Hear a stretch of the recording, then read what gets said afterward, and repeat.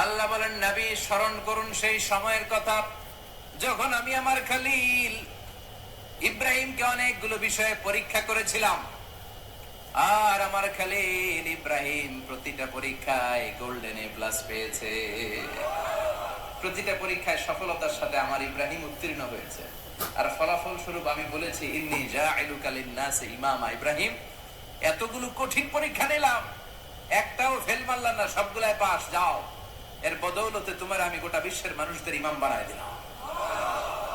ইমাম মানে নেতা। ইমাম মানে কি? নেতা। নেতা হওয়া এত সহজ না।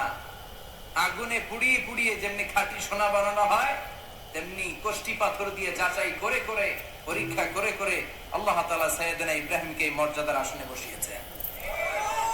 আল্লাহ বলে, অনেকগুলো পরীক্ষা আমি নিয়েছি সাইয়েদনা ইব্রাহিমকে। আল্লাহ যারে পছন্দ করে বেশি, তার জীবনে পরীক্ষা।